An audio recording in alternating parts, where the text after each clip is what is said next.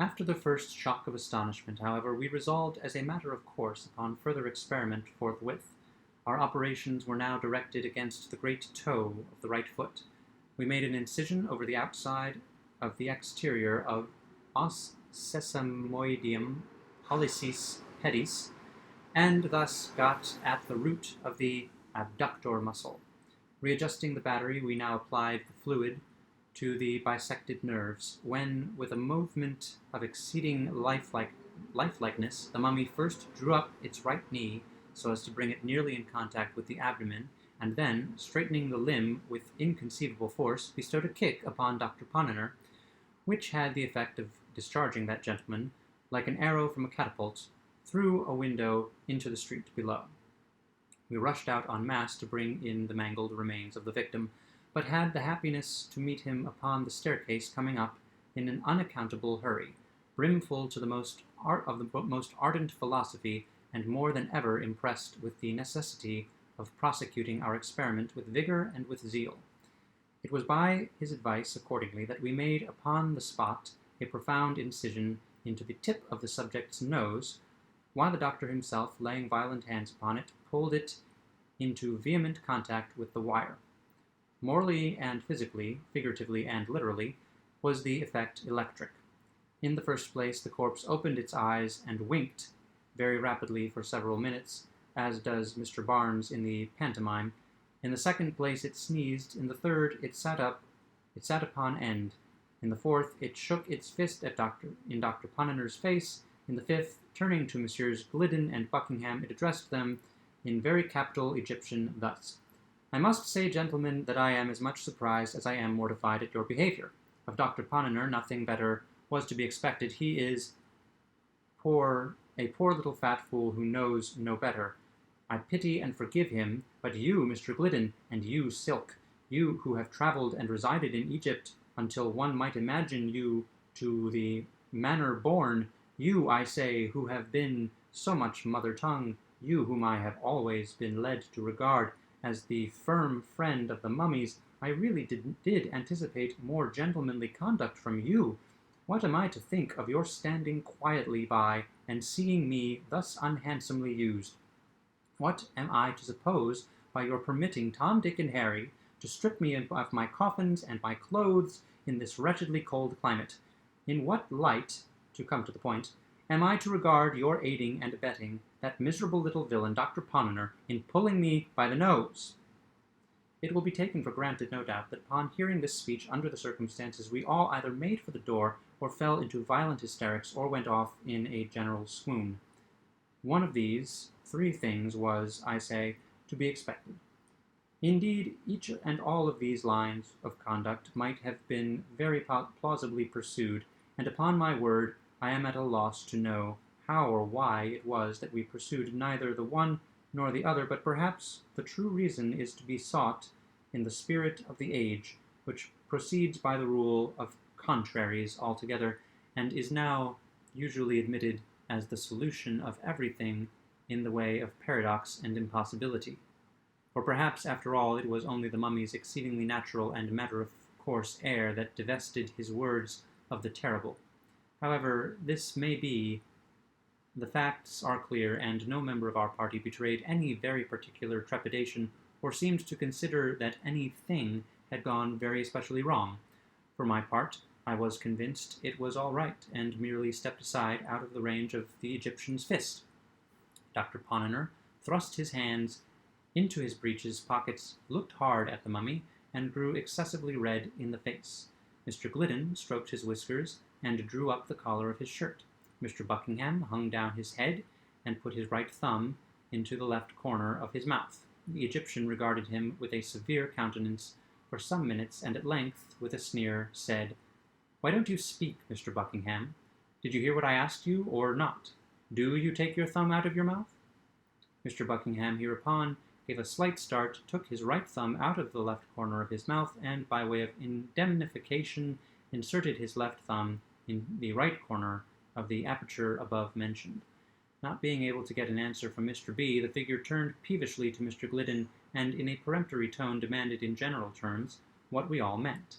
Mr. Glidden replied at great length in phonetics, and but for the deficiency of American printing offices in hieroglyphical type, it would afford me much pleasure to record here in the original the whole of his very excellent speech. I may as well take this occasion to remark that all the subsequent conversation in which the mummy took a part was carried on in primitive Egyptian through the medium, so far as concerned myself and other untravelled members of the company, through the medium, I say, of Messrs. Glidden and Buckingham as interpreters.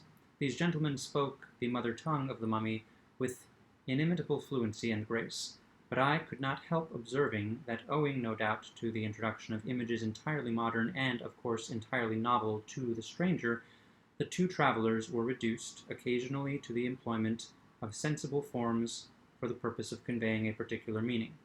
Mr. Glidden at one period, for example, could not make the Egyptian comprehend the term politics until he sketched upon the wall with a bit of charcoal a little carbuncle-nosed gentleman, out at elbows standing upon a stump with his left leg drawn back, his right arm thrown forward, and his fist shut, the eyes rolled up toward heaven, and the mouth open at an angle of 90 degrees, just in the same way Mr. Buckingham failed to convey the absolutely modern idea, wig, until, at Dr. Ponnonner's suggestion, he grew very pale in the face, and consented to take off his own. It will be readily understood that Mr. Glidden's discourse turned chiefly upon the vast benefits accruing in science from the unrolling and disemboweling of mummies, apologizing upon this score for any disturbance that might have been occasioned him, in particular the individual mummy called Alamistachio, and concluding with a mere hint, for it could scarcely be considered more, that as these little matters were now explained, it might be as well to proceed with the investigation intended. Here Dr. Ponnonner made ready his instruments. In regard to the latter suggestions of the orator, it appears that Alamistachio had certain scruples of conscience, the nature of which I did not distinctly learn, but he expressed himself satisfied with the apologies tendered, and, getting down from the table, shook hands with the company all around. When this ceremony was at an end, we immediately busied ourselves in repairing the damages which our subject had sustained from the scalpel. We sewed up the wound in his temple, bandaged his foot, and applied a square inch of black plaster to the tip of his nose. It was now observed that the Count, this was the title, it seems, of Alamistachio, had a slight fit of shivering, no doubt from the cold. The doctor immediately repaired to his wardrobe, and soon returned with a black dress coat, made in Jennings' best manner, a pair of sky-blue plaid pantaloons with straps, a pink gingham chemise, a flapped vest of brocade, a white sack overcoat, a walking cane with a hook, a hat with no brim, patent leather boots, straw-colored kid gloves, an eyeglass, a pair of whiskers, and a waterfall cravat. Owing to the disparity of size between the Count and the doctor, the proportion being as 2 to 1, there was some little difficulty in adjusting these habiliments upon the person of the Egyptian, but when all was arranged, he might have been said to be dressed. Mr. Glidden, therefore, gave him his arm, and led him to a comfortable chair by the fire, while the doctor rang the bell upon the spot and ordered a supply of cigars and wine. The conversation soon grew animated. Much curiosity was, of course, expressed in regard to the somewhat remarkable fact of Alamistachio's still remaining alive. "I should have thought," observed Mr. Buckingham, "that in this high time you were dead." "Why," replied the Count, very much astonished, "I am little more than 700 years old. My father lived 1,000, and was by no means in his dotage when he died." Here ensued a brisk series of questions and computations, by means of which it became evident that the antiquity of the mummy had been grossly misjudged. It had been 5,050 years and some months since he had been consigned to the catacombs at Eleithias. But my remark," resumed Mr. Buckingham, "had no reference to your age at the period of intermittent. I am willing to grant, in fact, that you are still a young man, but my allusion was to the immensity of time during which, by your own showing, you must have been done up in asphaltum." "In what?" said the Count. In asphaltum, persisted Mr. B. Ah, yes, I have some faint notion of what you mean. It might be made to answer, no doubt, but in my time we employed scarcely anything else than the bichloride of mercury. But what we are especially at a loss to understand, said Dr. Poniner, is how it happens that having been dead and buried in Egypt 5,000 years ago, you are here today all alive and looking so delightfully well. Had I been, as you say, dead, replied the Count, it is more than probable that dead I should still be, for I perceive you are yet in the infancy of galvanism, and cannot accomplish with it what was a common thing among us in the old days.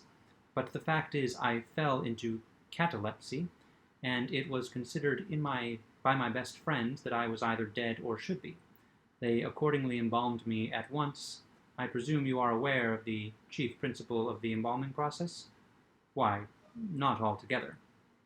Ah, I perceive a deplorable condition of ignorance. Well, I cannot enter into details just now, but it is necessary to explain that to embalm, properly speaking, in Egypt was to arrest indefinitely all the animal functions subjected to the process. I use the word animal in its widest sense, as including the physical not more than the moral and vital being. I repeat that the leading principle of embalmment consisted with us in the immediately arresting and holding in perpetual abeyance all the animal functions subjected to the process. To be brief, in whatever condition the individual was at the period of embalmment, in that condition he remained. Now, as it is my good fortune to be of the blood of Scarabaeus, I was embalmed alive, as you see me at present. The blood of Scarabaeus, exclaimed Dr. Poniner. Yes, the Scarabaeus was the insignium, or the arms, of a very distinguished and very rare patrician family. To be of the blood of the Scarabaeus is merely to be one of that family of which the Scarabaeus is the insignium. I speak figuratively. But what has this to do with your being alive? Why, it is the general custom in Egypt to deprive a corpse, before embalmment, of its bowels and brains.